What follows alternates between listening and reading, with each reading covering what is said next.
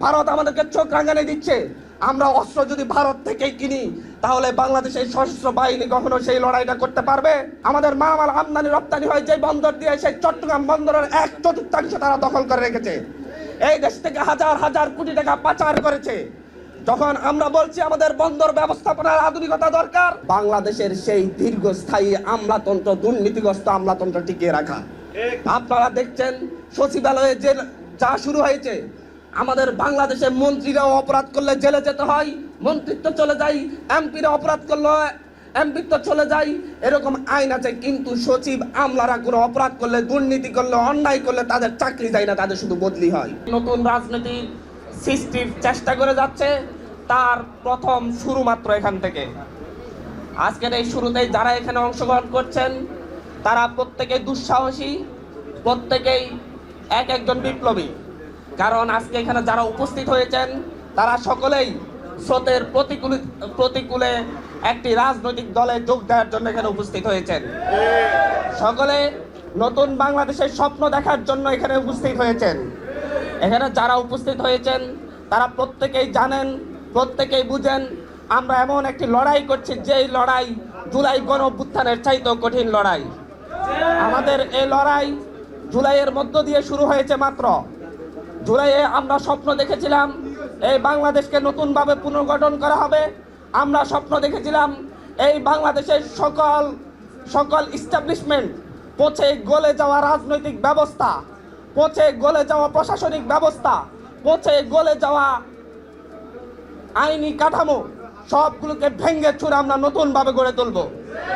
আমরা সেই স্বপ্ন দেখেছিলাম, এদেশের মানুষও স্বপ্ন দেখেছিল এদেশের আপামর জনতা। কিন্তু 5ই আগস্টের পর থেকে আমাদের স্বপ্ন ভঙ্গ হওয়া শুরু করেছে। আমরা দেখেছি পূর্ণ রাজনৈতিক ব্যবস্থা, পূর্ণ প্রশাসনিক ব্যবস্থা, পূর্ণ আইনি কাঠামো, পূর্ণ পররাষ্ট্রনীতি, পূর্ণ বাণিজ্য নীতি প্রতিষ্ঠা করে রাখার জন্য এদেশের একদল সুবিধাভোগী তারা চেষ্টা চালিয়ে যাচ্ছে। আমরা দেখছি যখন আমাদের দেশের যে সংস্কারের কথা বলা হচ্ছে, সংস্কারের উদ্যোগ নেওয়া হচ্ছে, আমাদের মিলিটারিকে শক্তিশালী করার উদ্যোগ নেওয়া হচ্ছে, সার্বভৌমত্বকে শক্তিশালী করার উদ্যোগ নেওয়া হচ্ছে, সার্বভৌমত্বের জন্য যেই সেনাবাহিনী, যেই সশস্ত্র বাহিনী ভূমিকা রাখবে তাদেরকে শক্তিশালী করার জন্য উদ্যোগ নেওয়া হচ্ছে, তখন দেখা যাচ্ছে একটি গোষ্ঠী তার বিরুদ্ধে নেমেছে। আমরা দেখছি দীর্ঘ সময় ধরে ভারত থেকেই তাদের পূর্ণ অস্ত্র, জীর্ণ শীর্ণ অস্ত্র বাংলাদেশ বিলিয়ন বিলিয়ন ডলার দিয়ে কিনে নিয়ে এসেছে। আমরা দেখেছি শেখ হাসিনার আমলে এই বাংলাদেশ যে ভারত আমাদেরকে বারবার চোখ রাঙানি দিচ্ছে, আমাদের দেশকে হুমকির মুখে ফেলার জন্য চোখ রাঙানি দিচ্ছে, সেই ভারত থেকে অস্ত্র কেনা হয়েছে, সেই ভারত থেকে আমাদের সশস্ত্র বাহিনীকে প্রশিক্ষণ নিতে বাধ্য করা হয়েছে। এমনকি তাদের পূর্ণ ট্যাঙ্ক, পূর্ণ তাদের হেলিকপ্টার, এগুলা বাংলাদেশের কাছে যেগুলা তারা ব্যবহার করতে পারছে না, সেগুলা বাংলাদেশের কাছে তারা জোরপূর্বক বিক্রি করত। আর ডক্টর মোহাম্মদ ইউনূস সরকার এসে সেই সশস্ত্র বাহিনীকে নতুনভাবে গড়ে তোলার জন্য ভারতের সাথে চুক্তি হওয়া 21 বিলিয়ন অস্ত্র কেনার উপর নিষেধাজ্ঞা দিয়েছে এবং অস্ত্র কেনার চুক্তি বাতিল করে দিয়েছে। যার নেতৃত্বে বাতিল করা হয়েছে ডক্টর খলিলুর রহমানের নেতৃত্বে, তারপর থেকে দেখা গিয়েছে একটা গোষ্ঠীর গায়ে জ্বালা পড়া শুরু হয়েছে। তারা বুঝাতে চাচ্ছে যে ভারত থেকে অস্ত্র না কিনলে বাংলাদেশের সার্বভৌমত্ব ধ্বংস হয়ে যাবে। তারা মনে করছে বাংলাদেশের মানুষ এখনো বুকার স্বর্গে বসবাস করছে। আমাদের লড়াই হলে ভারতের সাথে হবে। ভারত আমাদেরকে চোখ রাঙানি দিচ্ছে। আমরা অস্ত্র যদি ভারত থেকেই কিনি তাহলে বাংলাদেশের সশস্ত্র বাহিনী কখনো সেই লড়াইটা করতে পারবে? আজকে রাজনৈতিক বিভিন্ন দল এবং মিলিটারি শক্তি সহ প্রত্যেকে আজ ঐক্যবদ্ধ দিল্লির সেই দাসত্ব নাকি খত দিয়ে মেনে নেওয়ার জন্যে। সাইড পাওয়ার টেক সহ দীর্ঘ সময় ধরে আমাদের সমুদ্র বন্দর দখল করে আওয়ামী এক ফ্যাসিবাদী শক্তি, যারা দীর্ঘ সময় ধরে আমাদের একমাত্র সবচাইতে বেশি যেখান থেকে আমাদের মালামাল আমদানি রপ্তানি হয় যে বন্দর দিয়ে, সেই চট্টগ্রাম বন্দরের 1/4 তারা দখল করে রেখেছে। এই দেশ থেকে হাজার হাজার কোটি টাকা পাচার করেছে। যখন আমরা বলছি আমাদের বন্দর ব্যবস্থাপনার আধুনিকতা দরকার, যখন আমরা বলছি আমাদের বন্দর ব্যবস্থাপনার জন্য আধুনিক নিয়ম নীতি দরকার, আমরা বলছি যে এমন একটি কোম্পানিকে নিয়োগ দেওয়া হোক, যখন সরকার বলছে যে এমন একটি কোম্পানির মাধ্যমে আমরা আমাদের বন্দর ব্যবস্থাপনা করব, যার ফলে বিশ্বের শ্রেষ্ঠ সমুদ্র বন্দরে রূপান্তরিত হবে আমাদের চট্টগ্রাম বন্দর। কিন্তু দেখা যাচ্ছে তারপরে তাদের গায়ে জ্বালা পড়া শুরু হয়েছে। তারা কি ভুলে গেছে সাহেব টাওয়ার টেকের ইতিহাস?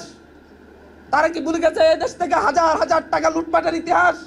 তারা কি ভুলে গেছে যে হচ্ছে চট্টগ্রাম বন্দরের 1/4 দখল করে রাখার ইতিহাস? তারা আসলে কাদেরকে সুবিধা দিতে চাচ্ছে, আমরা সেটা প্রশ্ন রেখে গেলাম। আমরা দেখছি বাংলাদেশের যেখানে সবচাইতে বেশি দুর্নীতি হয়, এনবিআর থেকে প্রতি বছর লক্ষ টাকা পাচার হয়। এনবিআর এর মাধ্যমে যে বাংলাদেশের সবচাইতে দুর্নীতিগ্রস্ত সেক্টর এনবিআর, সে এনবিআর সংস্কারে সরকার উদ্যোগ নিয়েছে। সরকার বলছে কর আরোপ করবে একটি সংস্থা, কর আদায় করবে আরেকটি সংস্থা, কিন্তু আবার গায়ে জ্বালা পড়া শুরু হয়েছে। তাদের চিন্তা এনবিআর এর সেই চুরি, সেই টাকা পাচারের অধিকার তারা আবার আগের মতোই রাখতে চায়। তাহলে জুলাই গণঅভ্যুত্থানে শহীদ রিজভী, শহীদ লিটন সহ, শহীদ আবু সাইদ মুগ্ধ সহ তারা সকলে কেন জীবন দিল? এখানে বসা শত আহত কেন জীবন দিল? তাদের সবচাইতে বড় চিন্তা বাংলাদেশের সেই দীর্ঘস্থায়ী আমলাতন্ত্র, দুর্নীতিগ্রস্ত আমলাতন্ত্র টিকিয়ে রাখা। আপনারা দেখছেন সচিবালয়ে যে যা শুরু হয়েছে, আমাদের বাংলাদেশে মন্ত্রীরাও অপরাধ করলে জেলে যেতে হয়, মন্ত্রিত্ব চলে যায়, এমপিরা অপরাধ করলে এমপিত্ব চলে যায়, এরকম আইন আছে। কিন্তু সচিব আমলারা কোনো অপরাধ করলে, দুর্নীতি করলে, অন্যায় করলে তাদের চাকরি যায় না, তাদের শুধু বদলি হয়। সরকার যখন তাদের এই দুর্নীতির বিরুদ্ধে কঠিন অবস্থান নেওয়ার ক্ষেত্রে সরকার যখন উদ্যোগ নিচ্ছে যে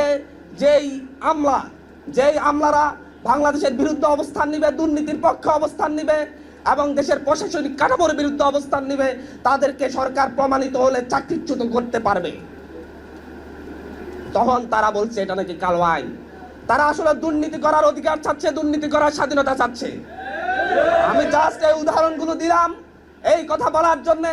আসলে বাংলাদেশের প্রত্যেকটা জায়গায় পূর্ণ সেই বন্দোবস্ত, ফ্যাসিলিটি বন্দোবস্ত টিকিয়ে রাখার জন্য গণতন্ত্রের মুখোশ পরা রাজনৈতিক দলগুলো অবস্থান নিচ্ছে।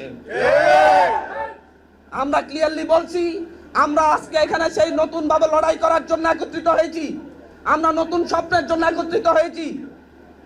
আমাদেরকে মিডিয়া এস্টাবলিশমেন্টের মাধ্যমে আপনারা আমাদেরকে বিতর্কিত করতে পারেন, রাজনৈতিক এস্টাবলিশমেন্টের মাধ্যমে আমাদেরকে বিতর্কিত করতে পারেন, কারণ আপনাদের শক্তি আছে, আপনাদের মিডিয়া আছে, আপনাদের শত শত হাজার হাজার রাজনৈতিক কর্মী আছে। কিন্তু আমাদের আছে এই দেশের সাধারণ জনগণ এবং আমাদের সদিচ্ছা। আপনারা যতই চেষ্টা করেন, মনে রাখবেন যুগ জামানা পাল্টে দেওয়ার জন্য হাজার জন, লক্ষ জনের প্রয়োজন নয়, 1-2 জন তরুণী যথেষ্ট। এই তরুণদের হাত ধরে আপনারা যতই চেষ্টা করেন, যতভাবেই বাংলাদেশকে পিছিয়ে দেওয়ার চেষ্টা করেন, যতভাবেই এনসিপি কে বিতর্কিত করার চেষ্টা করেন, এনসিপি ঘুরে দাঁড়াবে ইনশাআল্লাহ। যখন তারা দেখেছে এনসিপি বিভাগীয় সফরে যাবে, জেলা সফরে যাবে, মানুষের কাছে যাবে, তখন তারা একজন করে এনসিপির নেতা কর্মীকে বিতর্কিত করার চেষ্টা করা হচ্ছে। তারা হাসনাত আব্দুল্লাহকে বিতর্কিত করার চেষ্টা করেছে, সে নাকি নারী বিরোধী। তারা আসিফ মাহমুদকে, যে বাংলাদেশের অভ্যুত্থানের শক্তি হিসেবে আসিফ মাহমুদ যিনি হচ্ছেন আমাদের সরকারে আছেন, তার মন্ত্রণালয়ের দুর্নীতি খুঁজতে ব্যস্ত হয়ে পড়েছে, কিন্তু আওয়ামী লীগের 16 বছরের দুর্নীতি তারা খুঁজছে না।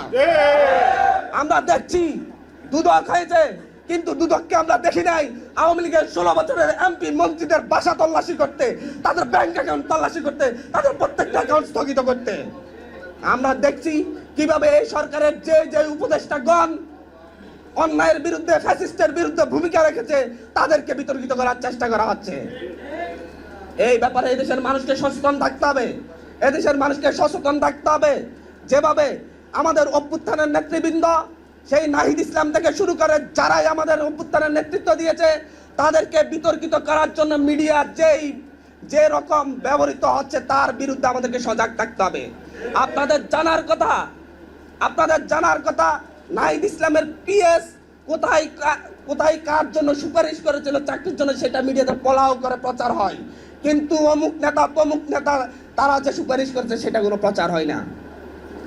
আমরা মিডিয়াতে দেখেছি আসিফ মাহমুদ তার মন্ত্রণালয়ে কারা দুর্নীতি করেছে, মানুষের কাছ থেকে অভিযোগ গ্রহণ করেছেন। এলজিডি মন্ত্রণালয়, বড় মন্ত্রণালয়, সেখানে কি পরিমাণ দুর্নীতি হয়েছে সেই ব্যাপারে মানুষজন গত 16 বছরে অভিযোগ দিয়েছেন। সেখানে আসিফ মাহমুদের ছবি পাশে বসিয়ে সবচাইতে বেশি দুর্নীতিগ্রস্ত মন্ত্রণালয় এলজিডি মন্ত্রণালয়, মনে হয় যেন আসিফ মাহমুদ দুর্নীতি করেছেন। অথচ আসিফ মাহমুদের পোস্টকে কপি করে তারা সেই নিউজ করে। এভাবেই মূলত মিডিয়ার চেষ্টা করে যাচ্ছে আমাদের অভ্যুত্থানের যত নেতৃবৃন্দ আছে, যারা সরকার আছে কিংবা যারা রাজনৈতিক দলে আছে, তাদেরকে বিতর্কিত করার চেষ্টা করে যাচ্ছে, রাজনৈতিক দলগুলো বিতর্কিত করার। এলাকায় এলাকায় ছাড়াবাজি দখলদারিত্বের বিরুদ্ধে যারাই অবস্থান নিচ্ছে তাদেরকে বিতর্কিত করার জন্য তারা উঠে পড়ে লেগেছে। দেখা যাচ্ছে যারা এটার বিরুদ্ধে কথা বলে, যারাই আওয়ামী লীগকে অ্যারেস্টের পক্ষে কথা বলে, তাদেরকে গ্রেপ্তারের পক্ষে কথা বলে, যারাই জুলাইয়ের বিচারের পক্ষে কথা বলে, আন্দোলন করে, সংগ্রাম করে, তাদের ক্যারেক্টার অ্যাসাসিনেশন শুরু করে।